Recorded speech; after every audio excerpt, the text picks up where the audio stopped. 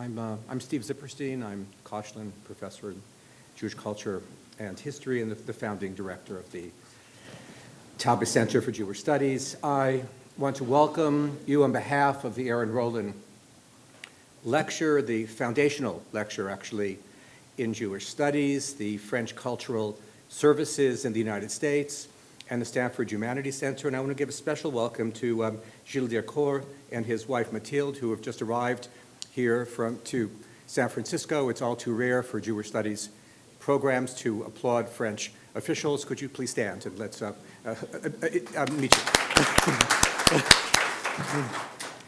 you.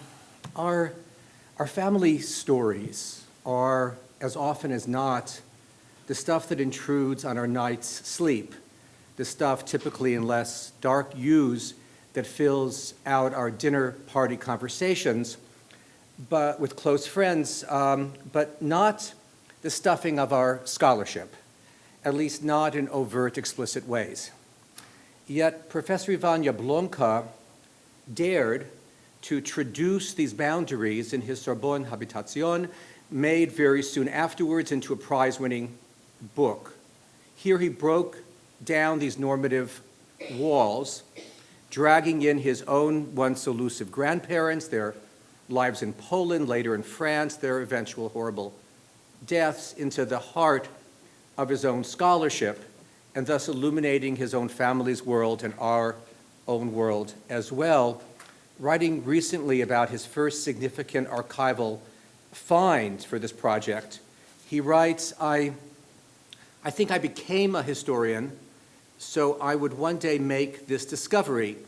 The distinction between our family histories and what we call history, with capital H, with its pompous capital letter, makes no sense. It is strictly the same thing. We do not have on the one side world leaders with their authority, their televised speeches, and on the other side the backwash of daily life, short-lived hope and anger, the anonymous tears, unknown people whose names rust at the bottom of a memorial to the deceased in some countryside cemetery. There's only one freedom, one finitude, one tragedy that makes the past our greatest resource and the basin of poison in which our heart bathes. Incredible prose, Ivan. Making history means listening to the silence. That is my job, and as I hold that court archive in my hands and let my eyes follow the lines, I feel an indescribable sense of relief. His remarkable history of the grandparents he never knew, published just last year, garnered him multiple awards, including one from the French Senate. At a young, raw age, he is full professor, author of many works, including a major study of French childhood from the late 18th century to the present, a meticulous archival historian who draws on a unique, humane blend of diligence, erudition, and historical imagination. It's my pleasure to introduce to you my friend Ivan Jablonka.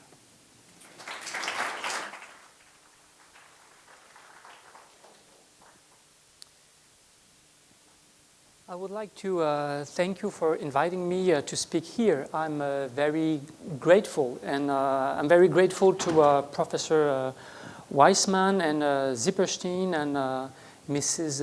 Loa and Linda as well. I'm very pleased and honored to give this talk today. For many years, I tried to document the life of two strangers, two Polish communist Jews, a husband and a wife. They were born in Parchev in Poland at the onset of the 20th century. Precautiously, they became officials in the local Communist Party, which was illegal at that time. And so this is how in 1934, as communist activists, they were sentenced to 5 years for crime against the state. After their release, they left Poland and settled down in Paris in the late 30s. There, they gave birth to two children, a girl and a son, a girl and a boy. As Jews, they were arrested in 1943 under the Vichy regime. They were sent to Auschwitz on March 1943 on Transport 49. These two people are my paternal grandparents, Idesa Jablonka and Matès Jablonka. Their children, my father and my aunt, eventually survived because they were hidden in the countryside on a farm in Brittany, thanks to the help of cousins of my grandparents and of a Jewish underground committee. So for 5 years or so, I tried to follow the trail of their lives, to document their path. I wanted to write a book about their story, or rather a history book about them. And the nuance is important for me because a history book, as you know, is based on archives, on interviews, on reading, a contextualization, and a sociological reasoning. And this book would help me to get to know them in the twofold sense of gathering some knowledge about them and of meeting them beyond the grave in a one-sided encounter, sadly, and an impossible dialogue. As a story of their life and the result of my investigation, this book would make people understand, not just relive the events. So more than the tragic end, it is their journey I was interested in. And our grief would have no other expression than the desire to know and to understand.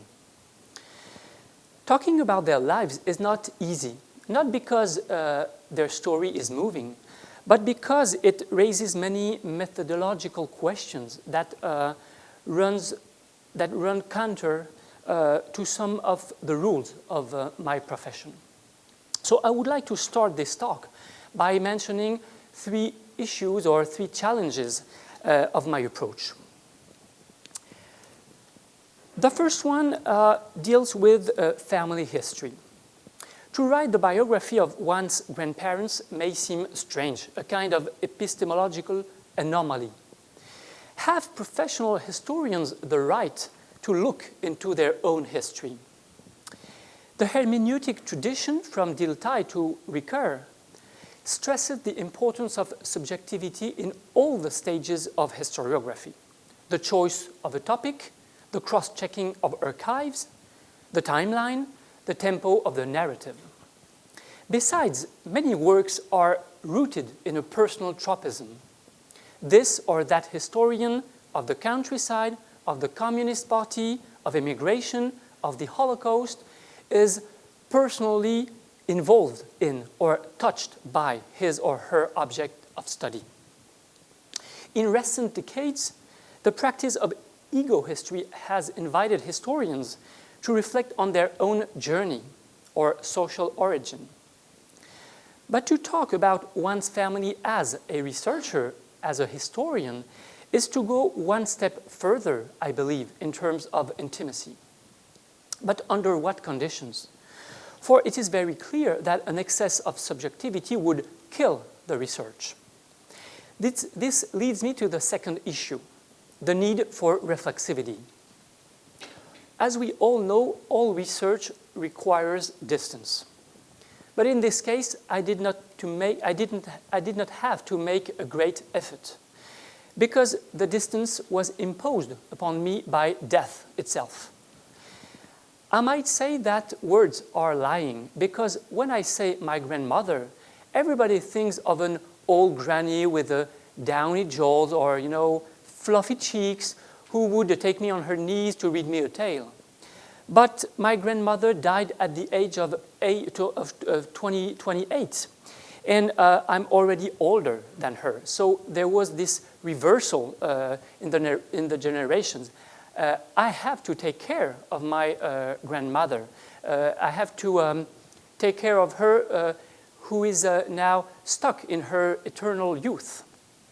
So because their lives ended long before mine would ever start, and because my father was separated from them at the age of 3, Matès and Idesa Jablonka are as much my beloved relatives as absolute strangers. But there is more. There is a real gap between my grandparents and me. Their lives and mine have nothing in common. They were a saddler and a dressmaker in a Polish shtetl, and I'm a Parisian historian. They passionately believed in the proletarian revolution. The Berlin Wall fell when I was 15. They spoke Yiddish and Polish, and I don't. These admirers of the great Soviet Union, would they understand how I go and speak in English in an American university? This social, political, linguistic gap, I had to overcome it. This split, this gap opened by death and time, I had to stitch them together. So my work is also a thought on how historians face the challenge of maintaining distance and empathy, hindsight and sensibility at the same time. But just as I recognize this distance, I must explain how I tried to reduce it. So this leads me to the third challenge. My grandparents have not written or published anything. They left behind only 2 orphans, a bunch of letters in Yiddish, and a passport. In other words, no trace of them remains. It seems that they have sunk with no trace, without trace.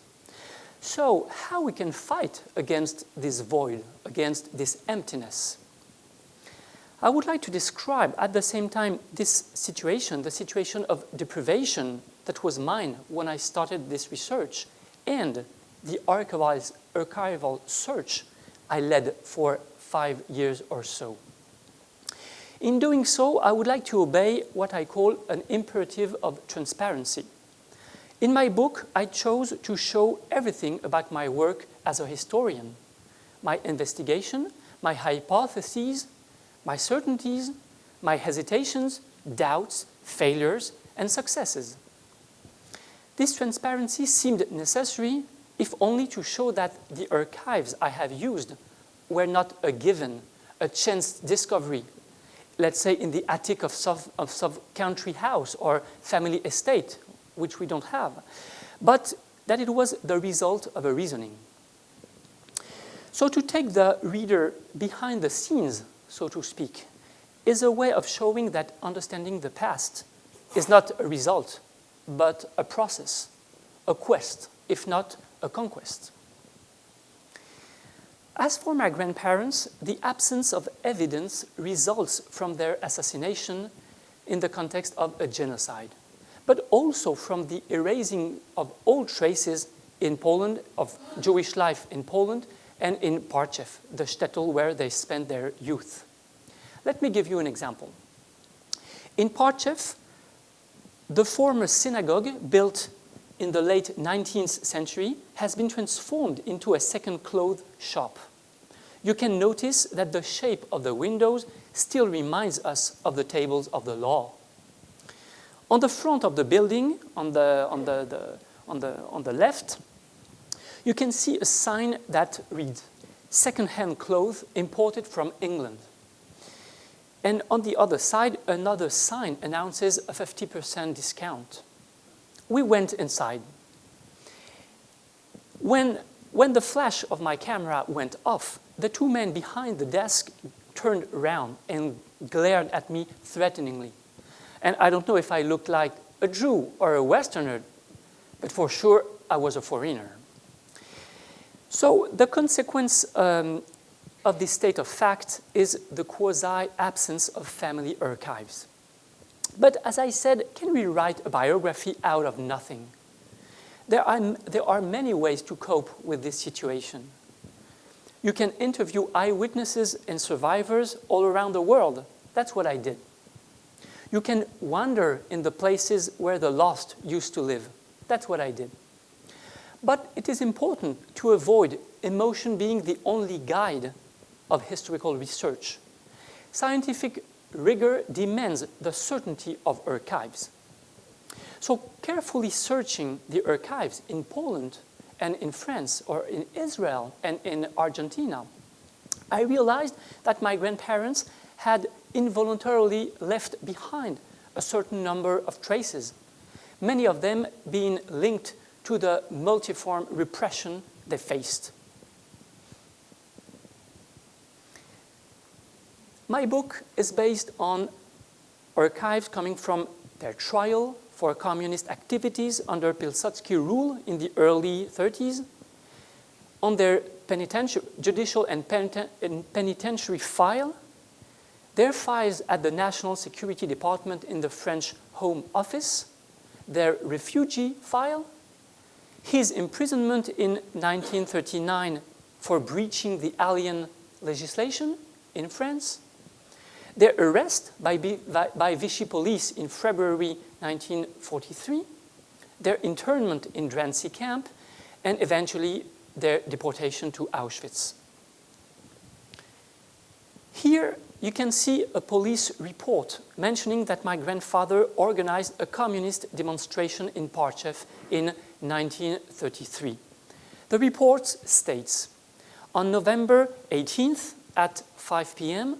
in Parchev, Jablonka Matès, aged 24, born and domiciled in Parchev, member of the communist youth, set up a communist demonstration.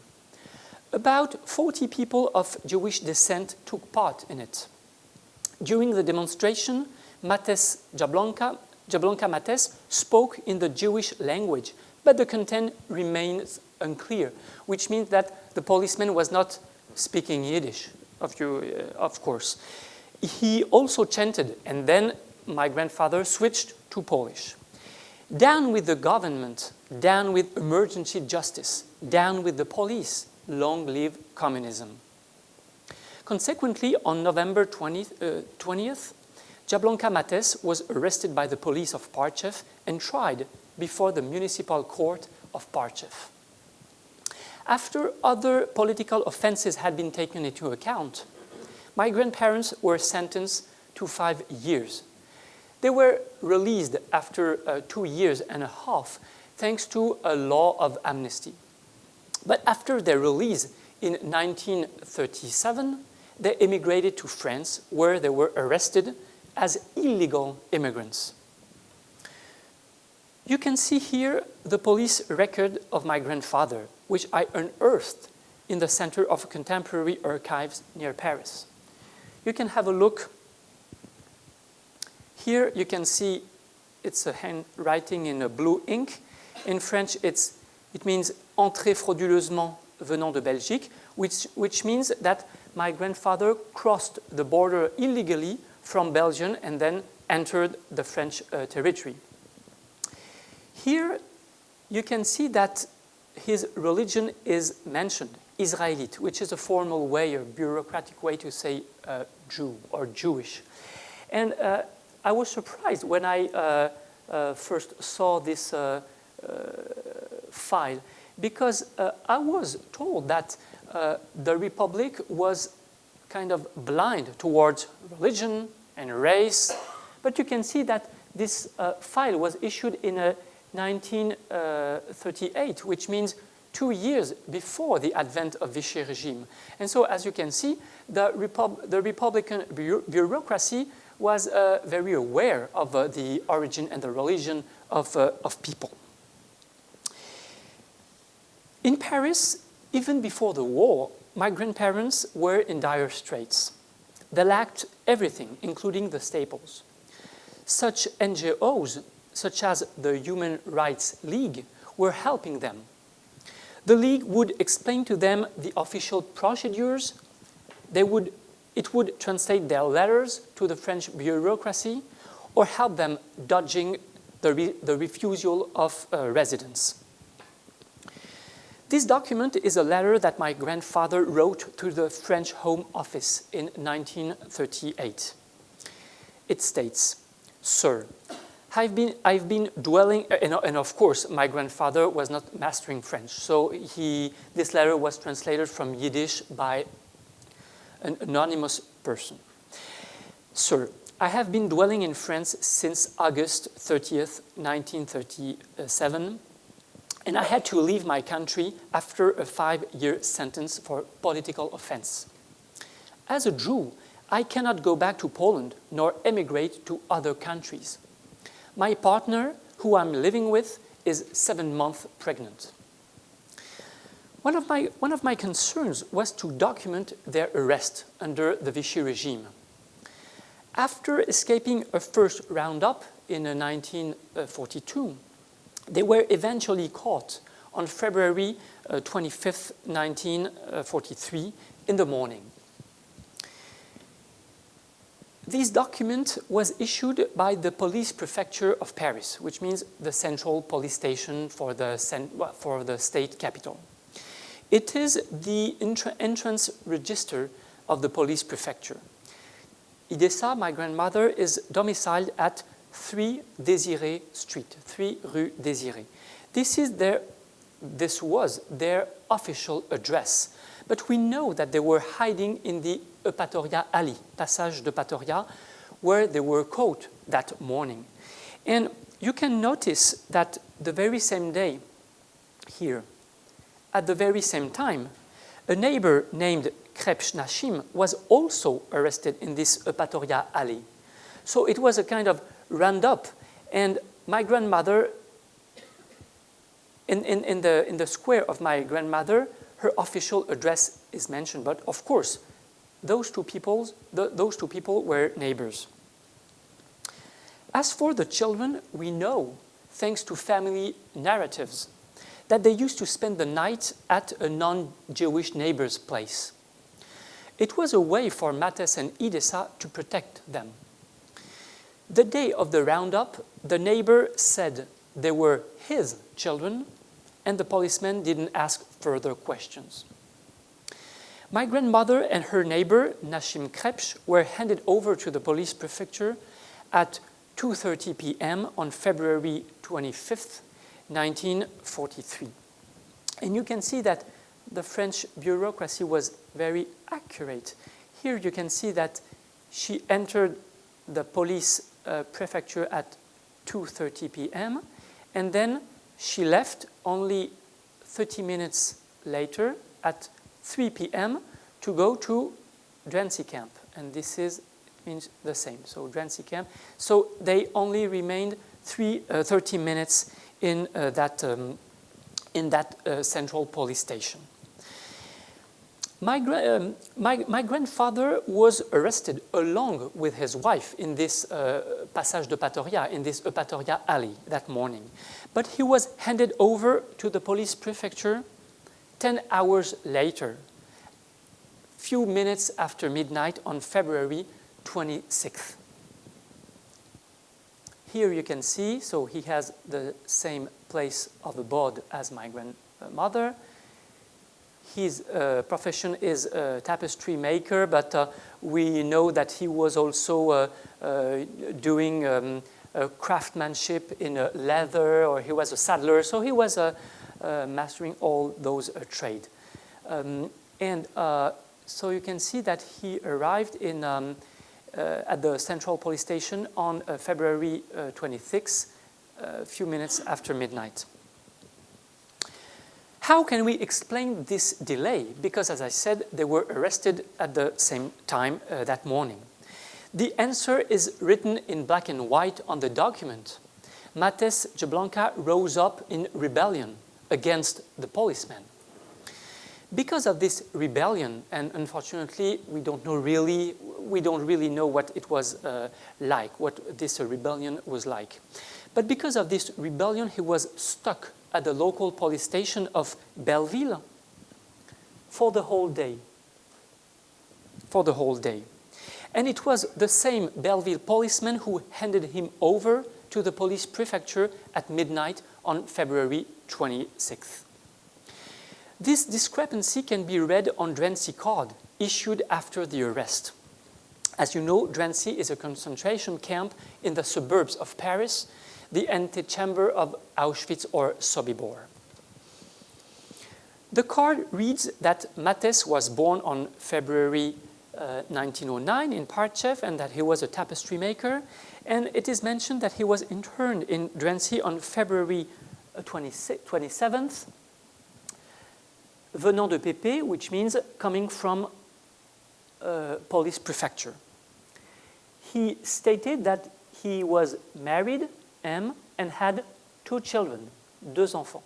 And he was interned, that Drew was interned in Drancy camp on behalf of the German authorities. As for my grandmother, she reacted with a striking clear-sightedness. On her card, we can read the letters M0E, which mean marié zéro enfant. In other terms, married no children. So in other words, she voluntarily stated that she had no children. And this was a way, obviously, to save her children, who had been entrusted to the neighbor that day. After their arrest and their internment, they were sent to Auschwitz to be murdered. Transport 49, in which my grandparents were deported, traveled from Drancy to Auschwitz between March 2nd and March 4th, 1943. Here is the list of the transport, and actually it's a part of the list, because on that transport there were 1,000 people, so it's only 1/6 of the whole list. And among those 1,000 people, there were my grandparents, Idesa and Matès Jablonka, Chaim Herman, who left a letter in Auschwitz before being killed in 1944. His friends, Mr. and Mrs. Lahana, two French Jews, shopkeepers in Toulouse.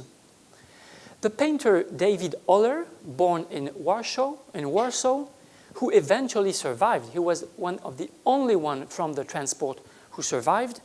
And Jankel Handelsman and his wife, two Polish unionists.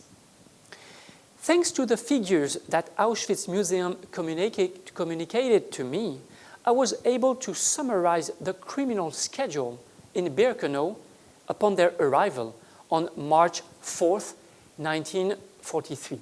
I will say from then on Birkenau, because as you know, there were three camps in Auschwitz. The first one, Auschwitz I, was for the offices and for political inmates, whereas the third one was for people working in slave work for factories, such as Primo Levi. Primo Levi was in this third camp.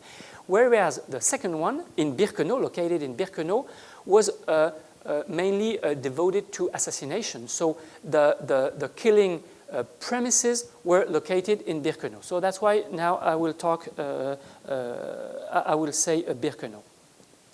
Actually, that day, on March 4th, 1943, two transports arrived in Birkenau. The first one arrived in the morning from Berlin, carrying more than 1,800 people. That day, more than 1,100 people were immediately gassed, which means 62% of the transport. 517 men and 200 women were selected and sent to slave commandos to work and to die. The second transport arrived at sunset from Drancy, carrying 1,000 people. 100 men and 19 women were selected on the ramp that day, and all of them were tattooed. The 874 others were immediately gassed, which means 88% of transport 49. For them, Auschwitz was a terminal railway station where you get off only to be murdered. So in one day, on March 4th, more than 2,000 people were killed and their bodies transformed into ashes. The question that inevitably arises is whether my grandparents were killed the day of their arrival, like the vast majority of their transports. On this matter, my only certainty concerns my grandfather. He was not gassed upon arrival. And I would like to dissect how I could demonstrate this fact. Of course, this is a tiny fact, but it is necessary to explain how we can attest to the facts and to this fact. This is how history that is how history works. The first evidence is a letter by Chaim Herman, this man I was referring to, and he was deported in the same transport as my grandparents. We don't know much about this Chaim Herman, except that he wrote a letter to his family before being murdered in November 44. He buried his letter near the crematorium where he worked, and this is where it was retrieved after the war. This voice from beyond the grave is an outstanding testimony because of the conditions of its writing, but also because of the extraordinary sensibility and intelligence expressed by Chaim Herman. In his letter, he depicted his 20 months spent in the Sonderkommando. You may know that the Sonderkommando was this special squad in charge of taking the corpses out of the gas chambers and of burning them in the ovens of the crematoriums. About Transport 49, Chaim Herman specified, "Our transport left Drancy on March 2nd at dawn, and we came here at nightfall on March 4th in a cattle van or in a cattle car without water. When we alighted, there were many dead and many insane among us. 100 persons were destined to get to the camp. I was among them. The rest went to the gas and then to the ovens. The next morning, after a cold bath and after depriving us of everything we had with us, after shaving the head, to speak nothing of the beard and mustache, we were, as if accidentally, detailed to the famous Sonderkommando. There we were told we should work helping to carry corpses, or as Chevra Kadisha, which is a very ironic and tragic word in this context. 20 months have passed since that time. It seems a whole century to me. Mrs. Lahana was killed at the end of a 3 weeks stay here. She got alive into the camp together with 30 other French women, all since deceased." There is a slight discrepancy between the number of women, 30, and what Auschwitz Museum says, 19. But this latter information is particularly important because it approximatively confirms the information given by Auschwitz Museum. 100 men were selected upon their arrival in Birkenau, not to work in a classic regular commando, but to obey the Nazi executioners within the gas chambers, and it is the function of the Sonderkommando. In the list of Transport 49, I checked all the men who were capable of working. It was not a huge crowd because in Transport 49, there were a lot of elderly people, about 400 aged from 60 to 70, and more than 300 aged over 70, with only 35 children. Out of 1,000 names, if we select all the men aged from 15 to 55, we get 143 who are eligible to work. If we select all the men aged from 20 to 50, we get 104 workers, roughly the assessment or the number given by Chaim Herman. But if we select all the men aged from 20 to 45, we only get 70 workers, which is not enough. The conclusion of this gruesome reckoning is that Matès Jablonka, 34, was very likely to be selected for slave work in the Sonderkommando. He was the type of worker the Nazis were looking for at a time when the huge crematoriums were about to come into service. The German historian Erich Friedler concluded the same way as I did.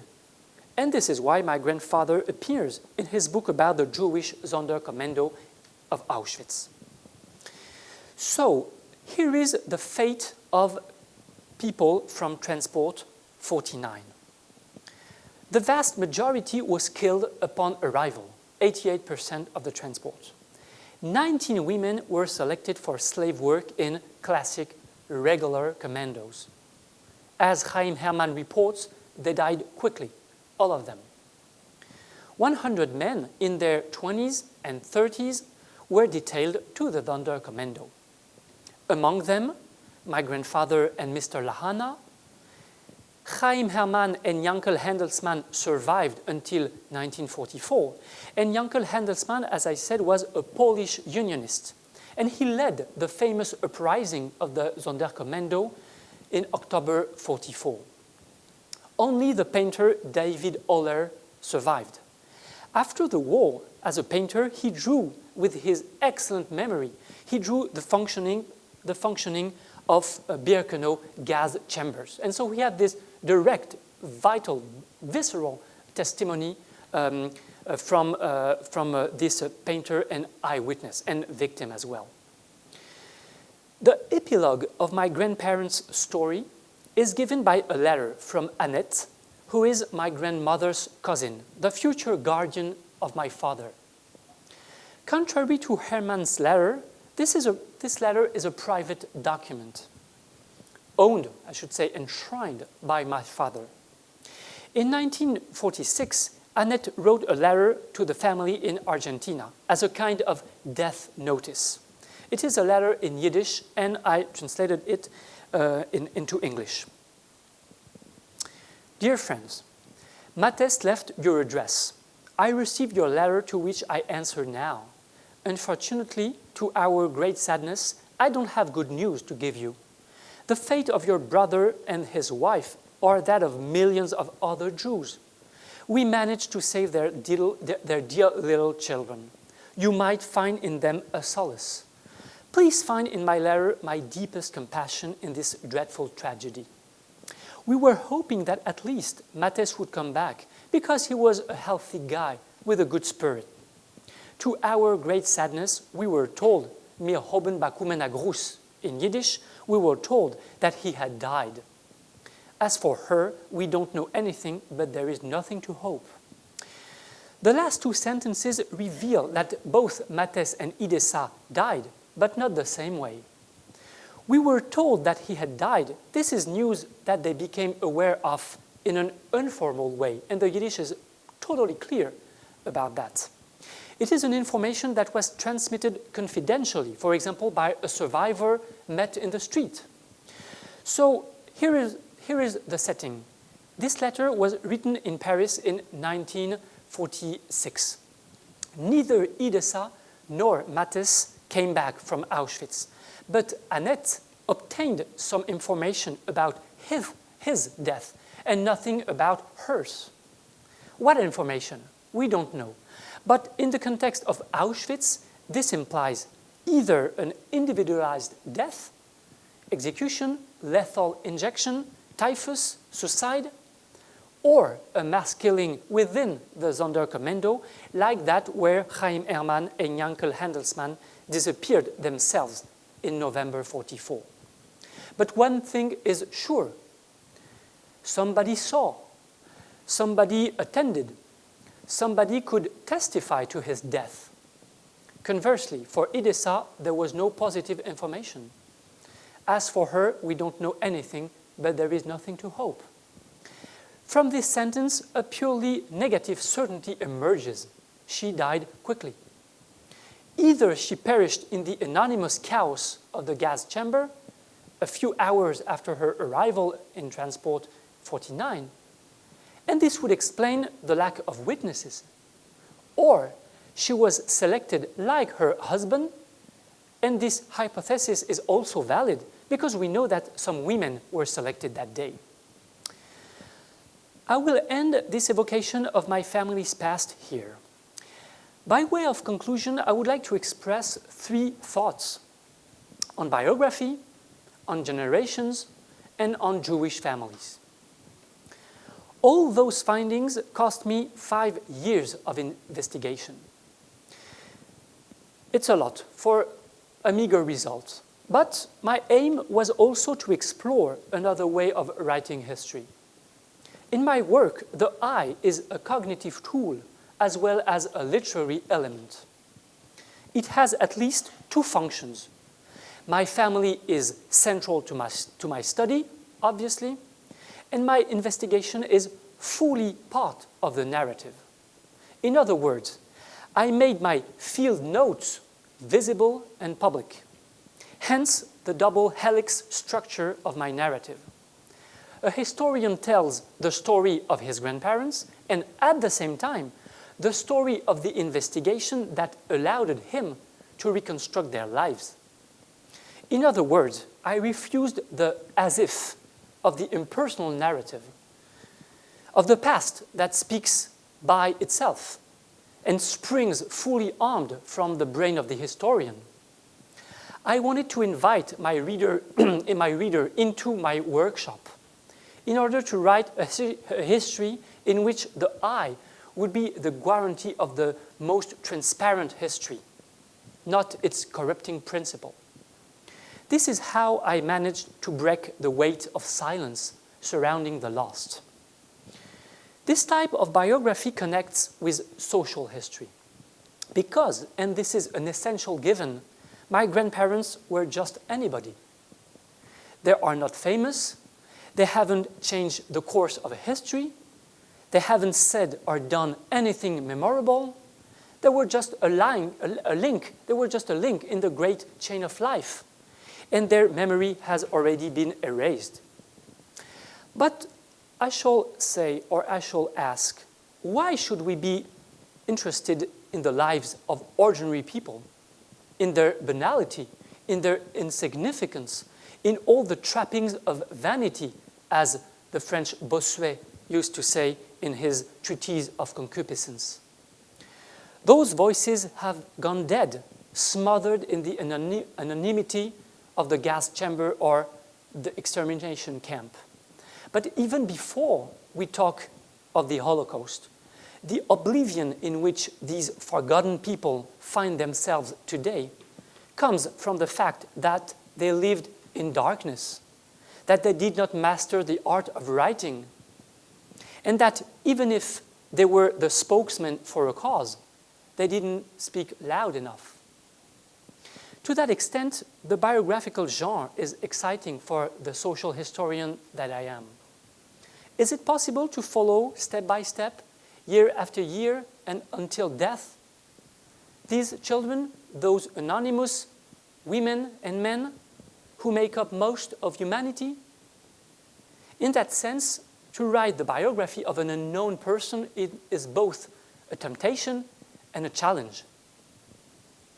So I would say that the biography of my grandparents allows a better understanding of the trajectory of the Jews during the 20th century, the dismal and bloody failure of the communist ideal, and the destruction of European Jewry during the war.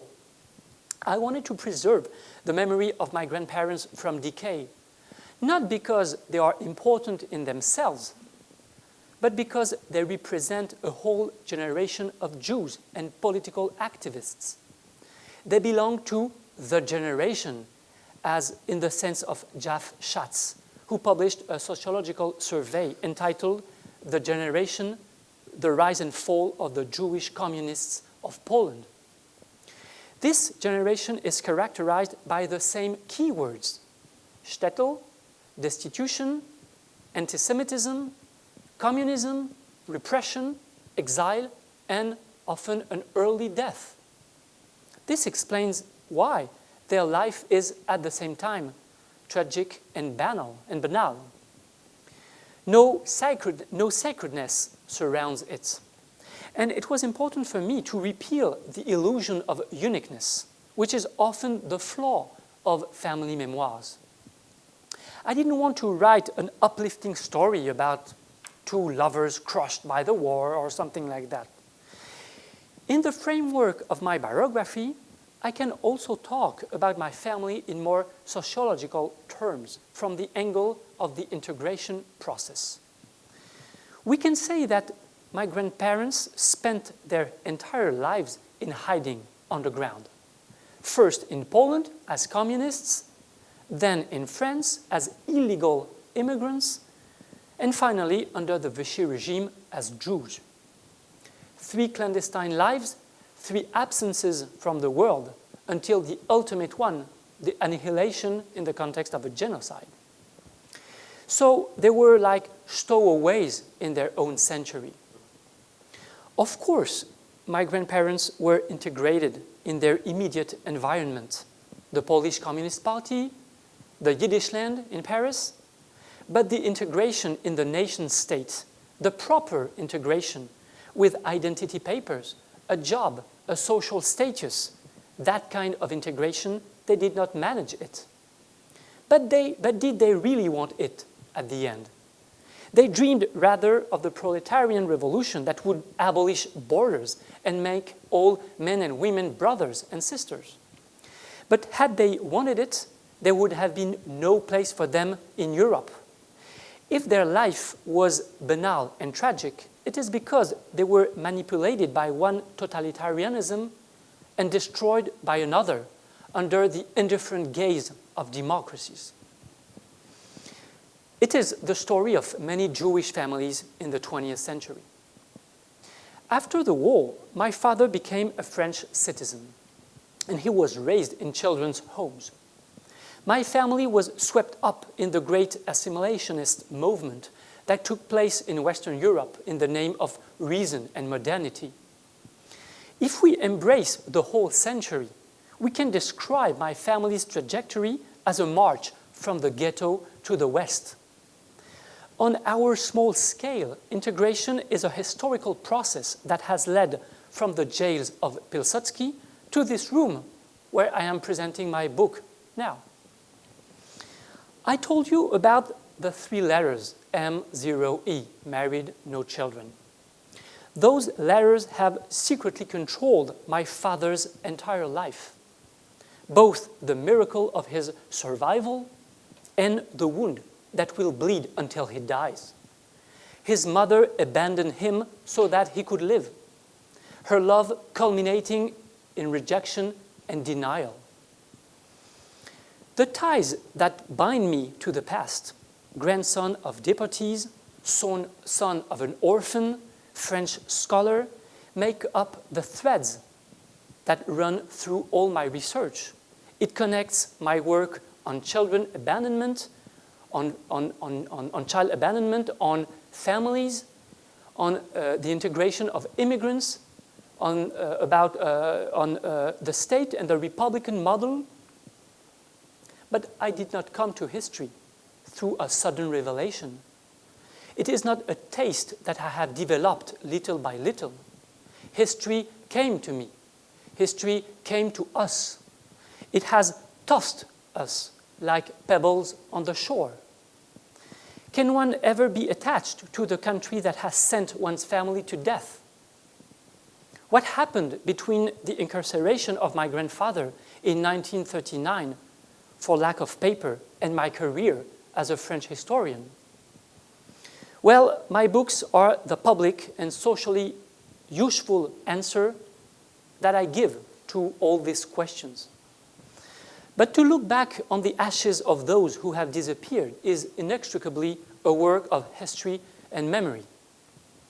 I wanted to write a micro-history of the Holocaust in which the protagonists would be alive, with their rebellions and failures, with their occupations and normality, and not beings doomed for death. As the biography of 2 young people, my book is a hymn to life, but it is also a tomb, a memorial made out of paper, the cenotaph that we built for the missing people. In so doing, I attempted to go beyond what I believed to be false oppositions. Science altered by the narrative, family history versus history with its capital H, and history threatened by memory. Thank you.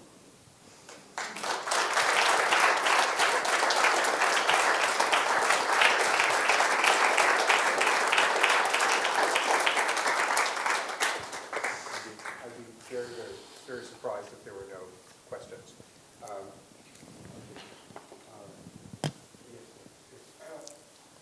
Hi.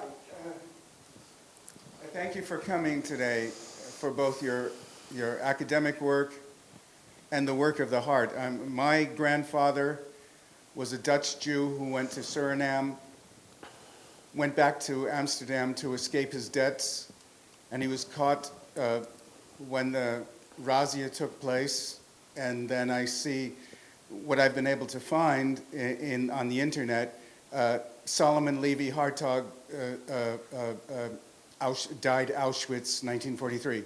But there were so many Hartogs in Amsterdam, I don't know if it's the same one anyway. But at least I have somebody to say Kaddish for in the synagogue, that's all. Thank you. Perhaps we'll take another comment as you could respond to John. Well, sir, I think a lot of people here feel that that was one of the most unusual and wonderful talk that I could just say that over and over and over. Just one or two things. At one point you had a picture of your father, and I just took a quick look at that picture and then at you, and I don't know, but it looked kind of familiar. Okay, but more important, well, nothing's more important. At one point, I wish I had it written down, at one point you said that, your grandparents were just sort of falling away and had nothing beyond them. I think just the opposite is true, because you have done the opposite of what that is. That is, you really have brought them back, and for each of them are hundreds of thousands of people who are like them. So I just want to thank you 100 times. Perhaps another. Let me press John's comment a bit. So, empathy. Empathy as a boon and as a source of stumbling. I was also struck, just like John, when I looked at the pictures, looking at and looking at you. When you looked at these documents, were there things that you recognized or felt you recognized that either helped you or perhaps didn't help you as a historian? The fact that your grandfather broke out in rage when arrested, does that remind you of anyone? It's an unfair question since you and I have talked about this. The similarity and just resemblance, the discovery that your grandfather may have engaged in activity that was vastly different than that of Trevor Kadisha. To what extent does this help one understand? To what extent does this sort of drag one so deeply into the story as the grandson that history consequently morphs into a kind of memoir, and that you begin to feel that you stumbled as an historian? Does that stand on your question, John, a bit? So perhaps to take one more question and then respond. Yes, sir. I'm curious to know, being a communist, Polish communist, was there an option for them to escape to Russia rather than going all the way to France? Well, thank you for all those questions and comments. When I started this research, my father was happy and maybe proud, because he thought that I would make his parents relive or live again. And there is all this tradition in history to present the historian as someone who is capable of making people relive through a magic wand, or through his work, or through his digging into the archives. But I'm a bit wary of this conception, because this portrait of the historian as a necromancer doesn't really satisfy me, because as we all know, the dead don't rise up. And as Bashevis singer, Isaac Bashevis singer used to say, one day millions of Jewish-speaking corpses will spring out from their graves and will talk. I mean, it's a very striking image, but it's something to it's for solace, but we know it's not. We all know that it's not the way it works, and it will happen. So I was I didn't want to use my archives as a way to make them live again.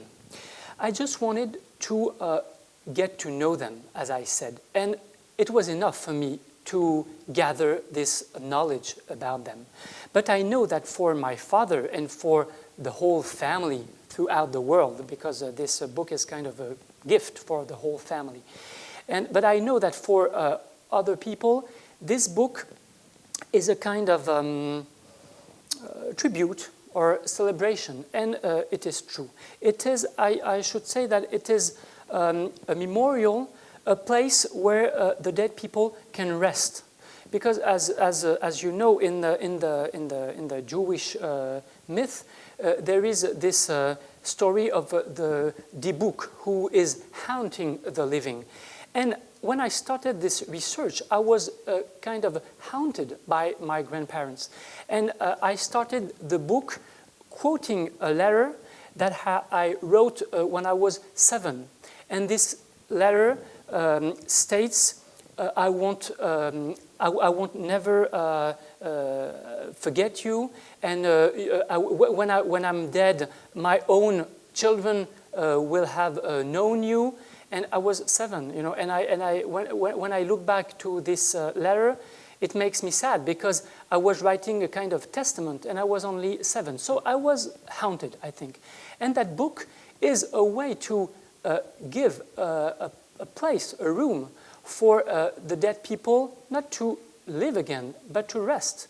And I think it's important, it's maybe one of the tasks of a historian to separate different types of spaces. You have the place where we living people live and laugh and eat and play and conceive and cry and so on. And you have this place, either cemeteries or books, where we know that our beloved relatives can rest. And this is the intention, the aim of my book. About the empathy, it is true that I used it, but as I said, I had such a distance from my grandparents. So its empathy has to be counterbalanced with other feelings. I mean, the need to be reflexive, to keep some distance from one's sensibility, from one's emotion, and my attitude, maybe it's professional bias, but my attitude contrasts with that of my father. And I can can tell you an anecdote that is, in my view, very telling. When I found and unearthed the refugee files of my grandparents in Fontainebleau near Paris, I was enthralled. I mean, I was thrilled by my discovery, because it was in that file there are maybe 40 sheets, but that's a lot. And there was this picture I showed you. It's the picture that was taken in 1938, and I called immediately my father, and I said, "Come right now. I have something to show you." So he came, and he saw this file, so he was stunned and, well, maybe very moved, I guess. And when he saw this picture, he said, "It is the 5th picture of my father." So overnight, our stock increased 20%. And, but the emotion was overwhelming for him. And before we left the archival center, he wanted to take the picture with him, just to take it and to put it in his pocket. And I said, "No way. I mean, it would be a theft. And as a professional historian, well, no way."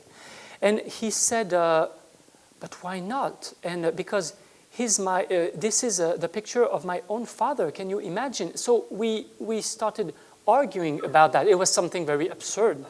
But finally, well, he listened to me as a child listened to his father, because there are always reversals in generations. But and finally we left. But of course, I took the picture of that picture, a picture of that picture. But the anecdote is telling, because it shows that my father doesn't have the same distance as I do. It's not because I'm a historian. It's not because I have qualification or skill or whatever to undertake this enterprise. It's just because I'm from the third generation, and I think that's it. He was for the second or the first, depending on which type of a victim you're taking into account. But he was the one who suffered. I haven't, because I was born in the 70s. And I always kept that in mind. I mean, I was so respectful towards his own suffering, because I was able to have this distance as a historian. And as many readers told me, many readers from his generation told me, we couldn't lead such so we couldn't launch or make such an investigation. And again, it's not because, qualifications and so on. It's just because I could because of my situation in the century. Finally, I want to answer the question about Russia. One part of the family escaped to Russia and to Soviet Union, and so they spared their own lives. I don't exactly know, I don't really know why my grandparents eventually chose France. What I think, or I assume, that this choice was a negative choice, because they had no other opportunity to get elsewhere. For example, in the Soviet Union in 1937, when they were about to leave Poland, the great purges had already begun. And Stalin was destroying the Polish Communist Party, because the Polish party was suspected to be Trotskyist. So maybe my grandparents were aware of this crime within the crime. And maybe it is the reason why they didn't they didn't head east. As for the far west, I mean the US or Brazil or Argentina, they tried, but first they couldn't afford the journey, because it cost a lot at that time. And secondly, they had this heavy judicial file, because they had been sentenced to 5 years for a crime against the state. So actually, when we look into detail in their penitentiary and judicial file, we find out that this crime was sticking some political posters on the walls of Parchev, or haranguing 40 Jews at the corner of the street. But at the time, this was a political crime. So imagine, let's go on the other side, and imagine we are the bureaucracy of the American borders or customs. We look at this intake of refugees from all over the world. Who will you take? The one with this judicial file, or the other one? The reason is obvious.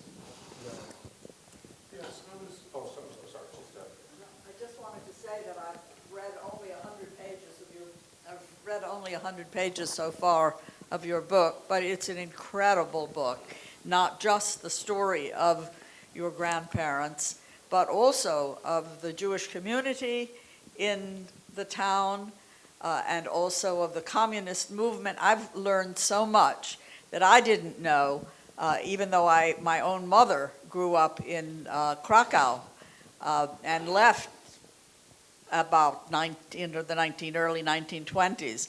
And one of the things that you said was illuminating to me. My mother was very proud of the fact that she was a city girl, and that she had gone to school, and that she could speak and write both Polish and German. And I always took that more or less for granted. But you were saying that in the towns, in the shtetls, that the boys went to Cheder, but that some of the girls went to the public school, to the government schools, and so in a way they were better educated than the boys. And I wonder if you could say something about that. Well, I cannot say more than you said. It is true that it depended on the parents' attitude towards education and towards this difference between boys and girls. But it is true that because girls were considered inferior or subservient, they would go to the public school and they would learn mathematics, French or German, and so forth and so on. So in that sense, it is true that the boys were destined to this religious, I would say religious background, something like that. But I can answer your question in a more in a broader way. It is, as you understand, this is a family biography. But I also wanted to write a history book, which means that I had to repeal this feeling or pride of being unique or having a unique family. But my biography is not a path to fame. It's only a history book that flattens all the individuals to show that some of them, well, lots of them had the same fate or the same choices and were traversed by the same social forces or maybe determinisms.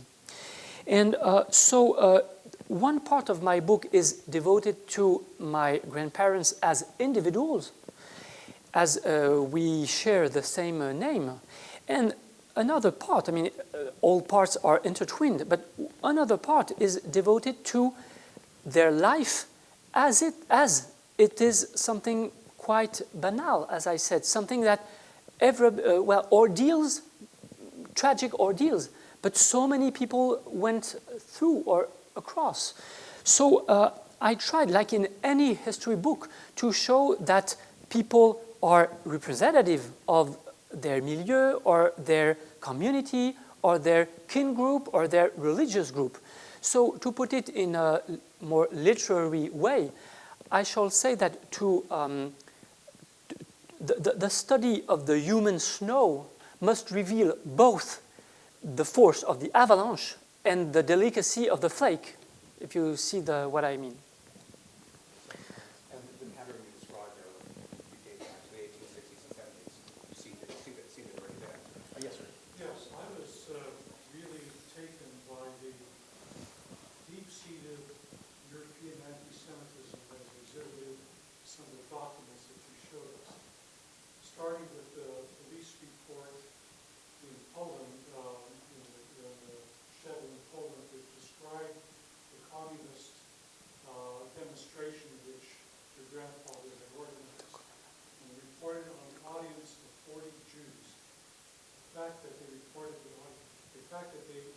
police report had the word Jews in it is kind of something that you wouldn't see, for example, in the police report here. And next example, you just mentioned in passing that Stalin had was suppressing the Communist Party in Poland, and because it was Trotskyist, and I assume that Trotskyist was just a code word for Jewish influence. And then the third thing, the police report of the arrest in Paris. If you look at the form in which there's a list of names and their ages and where they were born and so on, there's another column which is the reason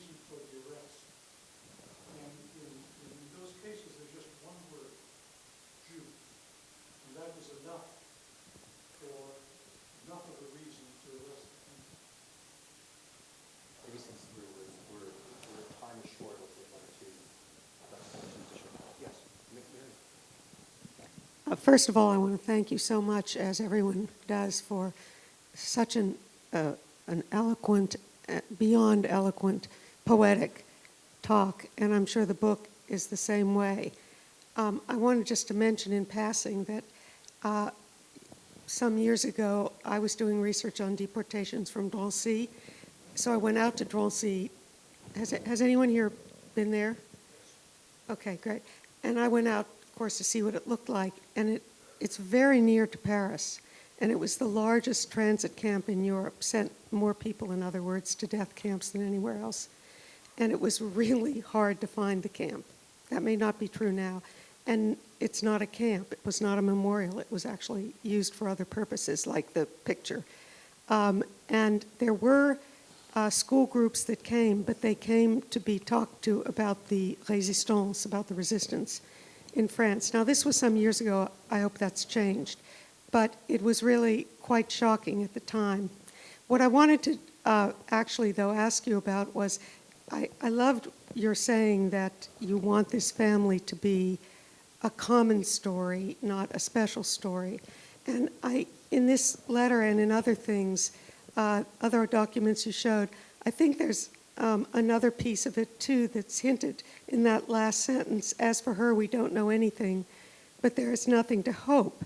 And as you were reporting again and again, out of this transport, that transport, this transport, that transport, there was a very small percentage of people, depending on the transport, that were actually brought into the camp rather than killed immediately. You know, often it was 20% or much, much less. But always it was men and a couple of women. And that was consistent. The records, when commandants were examined at Nuremberg and elsewhere about this, would say, well, women don't labor as well as men.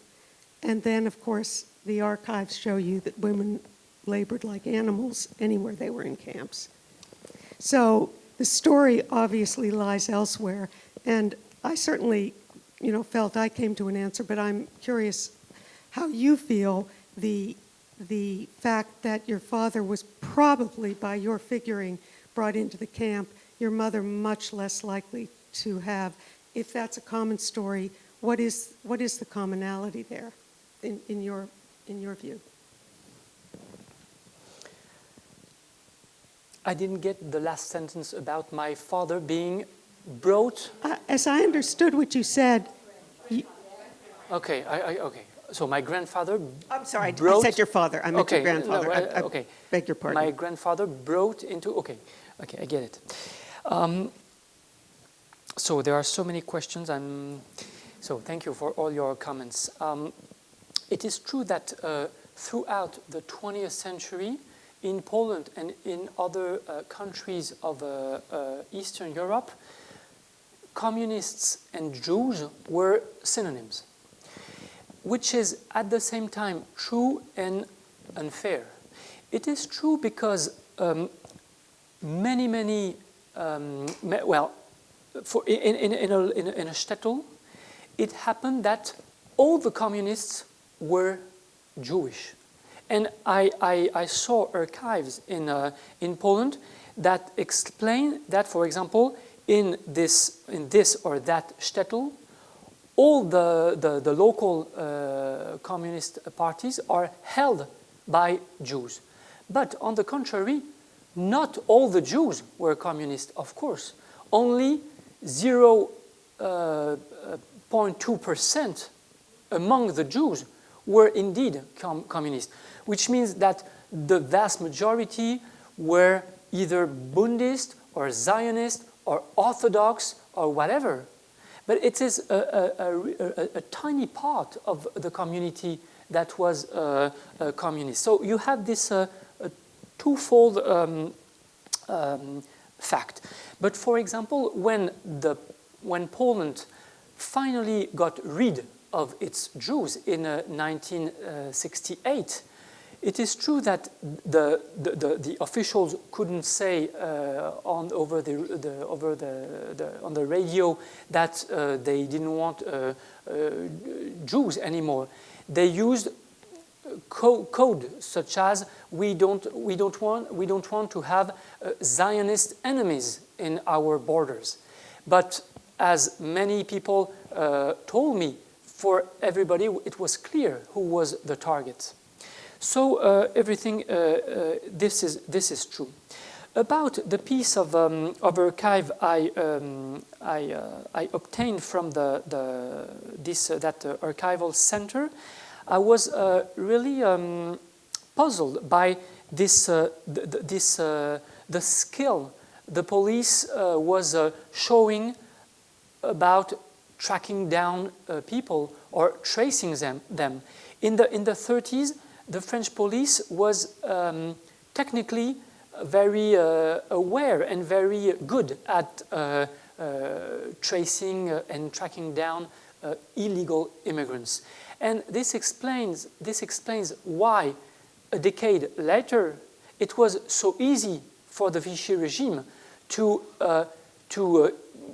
inherit from that technical knowledge and to use it directly against the Jews. The Republic didn't pursue Jews themselves, but illegal immigrants, and among them probably 40 or 50% were Jewish.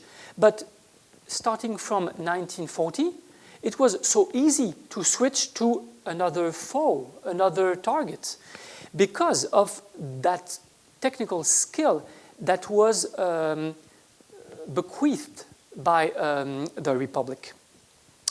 As for Drancy and Auschwitz, it's a very strange feeling because, of course, I visited all those places. Drancy is totally embedded in the urban sprawl or urban, fabric. So you just get off at Drancy railway station, like your own relatives, and then you try to find your way to the camp because it's not very clearly indicated. And then there are walls and concrete everywhere, and you see this kind of project, or I don't know how to call that. It's because at that time in the 30s and in the early 40s, it was not finished. It was a building whose completion was not achieved. So, for example, the deportees would lay and sleep on the concrete, and it's how we can find it today. As for Birkenau, it is quite the same, but however, the killing installations or premises have been, in their majority, destroyed and flattened. So there are 2 crematoriums that were blown up and blasted in 44, when, or in late 44 and early 45, when the Germans finally left the camp. But it's like it's a pile of stones, and it's rather difficult to imagine. You have to figure it out to understand what it meant to kill 1,000 people at once. So it's difficult, but it was very painful for me to find out that my grandfather had been detailed into the Sonderkommando. As you know, it's a very deep and moral issue that we have to face. It's something very painful that the victims were, sullied by the crime which would eventually destroy them. It's something difficult to understand. Do we have to condemn them? Do we have to pity them or to complain? It's something very difficult. At the beginning of my investigation, I was a little severe against the men of the Sonderkommando, and my father talked to me very. He was the historian at that time, and he explained to me that I was totally wrong, and that those people were victims among the victims, and their fate was, startlingly terrible. And we can read it in Chaim Herman's letter. We can feel his despair, how miserable he feels. Because, again, they would be killed, but before they would have been, enlisted in this crime. So I leave the question open.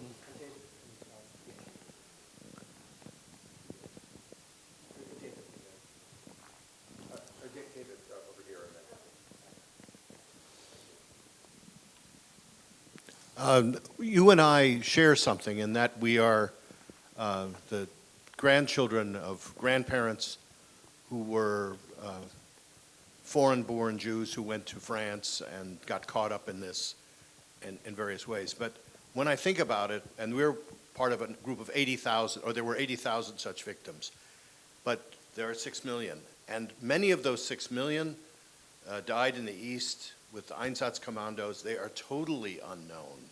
Everything is gone. We have these fragments of a documentary trail, and it somehow gives us satisfaction, but there are many who will never know anything, I think.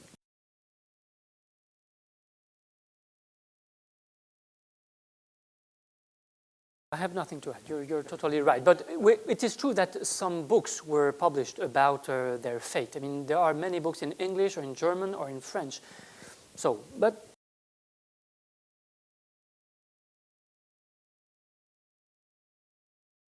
father and his attitudes towards Judaism upon the liberation, and what his career was, and how he adapted to the whole the experience that he had.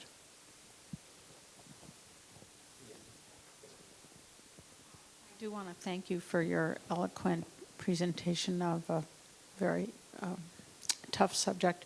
I want to ask you, now that you feel you've given your grandparents a place of rest, and also others like them who, the avalanche as well as the snowflakes, what your next project will be, whether you feel at rest in this domain and are moving on to another part of history, or whether you're pursuing other avenues that were uncovered during this investigation. Maybe also, and this will end, but you live with a project for 5 years, 6 years, whatever changes you. You may not have been as flecked with gray 5 years ago, though you remain very, very handsome. How has this changed you? How has it changed the way you write? How do you sense that you're approaching things now in a way that you might not have approached things before? I think that's a friendly and then we'll let. My father was raised in children's homes in the 50s and the early 60s, because after having rescued by a peasant family in Brittany, he came back with his sister in Paris, and they were placed with or entrusted to an orphanage that was run by a communist. So his upbringing in the communist milieu in the 50s caused him to forget his Jewish past, and he has a very ambivalent relationship towards Judaism, and it's the way he is, and it's maybe a way to protect himself. But he often says that his real religion was communism, and he was raised in the worship of communist leaders in the 50s, which is at the same time sad and understandable. And so as I said, he was proud of this undertaking, but on the other hand, he was sickened by the fact that I led my research and wrote my book alone. I think he wished he could be my research partner, or at least my apprentice.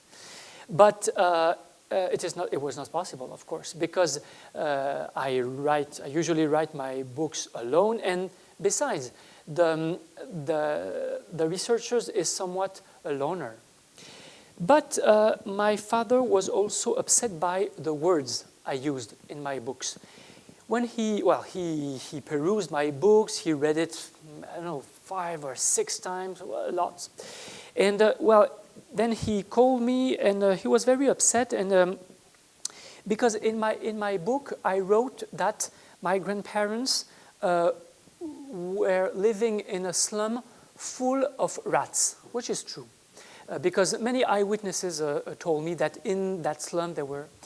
And a few lines after, I wrote that my grandmother had been removed in Paris, had been removed from her communist milieu, and she might have become a kind of desperate housewife, something like that, because she had given up, leading the international revolution, and she was just struggling with, her plight and how expensive were vegetables, were, and so on. And I used the word matron in French, which can be used or understood as the American equivalent would be a madam. So, but it's you have to really think about it to understand this that way. So my father called, and he was upset, and he said, my parents were neither rats nor matrons. So. Well, I answered that I tried to depict a social situation, their suffering, their experience, and that all my book could be read as a tribute to them. But he kept arguing. That's my father. And I tell you another anecdote, and it will be the last one. One day I urged him to come with me to the Archives Center. That archive center, because I had found his file. It was another archive center, but it was an important discovery as well. And I advised him to come with his ID in order to register. And of course, he ignored my advice. And that day he showed up with no advice, with no ID. So he had forgotten his ID, so I had to beg for him to be allowed in. So I do think that day he wanted to be like his parents, illegal immigrants with no papers, with no identity papers. Because that very day I had to show him the file, the refugee file of his parents. And I wrote this anecdote in my book, and I said that day he had forgotten and so on. So he got really upset, and he said, that day, it was, by chance, and really I didn't want to forget that idea, and you were not precise enough, and you hadn't told me, and besides, you're not my psychoanalyst, you don't know what's in my head. So, there was a second question about... My next step. Well, it is true that I spent many years in this project, but I think I have to move on now. This is my feeling, because I've done what I had to do, and it is true that with my father it ushered in a kind of new era in our relationship. And it is true that now I'm the memory keeper of the family. And so, people would ask me if it is true that this and that, and so sometimes I don't know the answer. But I feel like I'm in charge now. In charge for what responsibility? I don't know exactly, but I feel in charge of something. Maybe of my father himself, or at least of the memory and the peace of their soul, wherever it is. But I need to move on, because I spent many years, and at the end, the last year was devoted to understanding their final month in Birkenau. And it was really difficult, really hard, and I had hard times to understand how it was like. And the Sonderkommando is something, it's something very unknown, even in general history. So I had to read the few books that exist about that, and some testimonies and so on. But those months, I couldn't sleep. I was really disrupted by this story, and finding out that my grandfather was in that situation. So it was really difficult, and so I think that I gave well a lot of energy, and well, so now I'm writing a book about methodology. Unfortunately, it will be of less interest for people, or for a larger audience. But it is very important for me, because my book was received, read, maybe hailed as a book about the war, my family, and this heritage, and so on. But as I said, I really wanted to explain how it is possible to write history in another way. And for example, I wrote as a blurb. It's not a blurb, it's something the author writes in his own book. But I wrote that my book was at the same time history and literature. And so some of my colleagues were stunned, and as if I had written a distasteful, preposterous nonsense. But I do think it's not literature. I mean, I don't want to boast myself. It's not a question of being a writer or stuff like that. It's just a way to say that it's possible to write. I mean, in the real sense of the verb. Usually, well, it may seem commonsensical, because, as we all know, an article and a book in history have to be written. But if you ask an academic or my colleagues whether they are writers, the question will sound strange, or often, or maybe offensive. Why? Because I think that this reaction relies on three misunderstandings. The first one is the confusion between literature and fiction. Because today, the novel has become, this kind of king or queen in literature, as if the only way to combine history and literature was to write historical novels. But we can imagine other ways to combine those two things. The second misunderstanding is about the conception of style. Often historians or sociologists consider literature or literary style as a way of embellishing the text, hammering out beautiful metaphors or writing balanced sentences. But it's a very poor and narrow-minded definition of style or of literature. I do think that we can define literature as the unraveling or unfolding of our reasoning, and it's another way to conceive literature. And finally, the third misunderstanding is about the function of the style in history. Why do we write in history or in social sciences? Well, some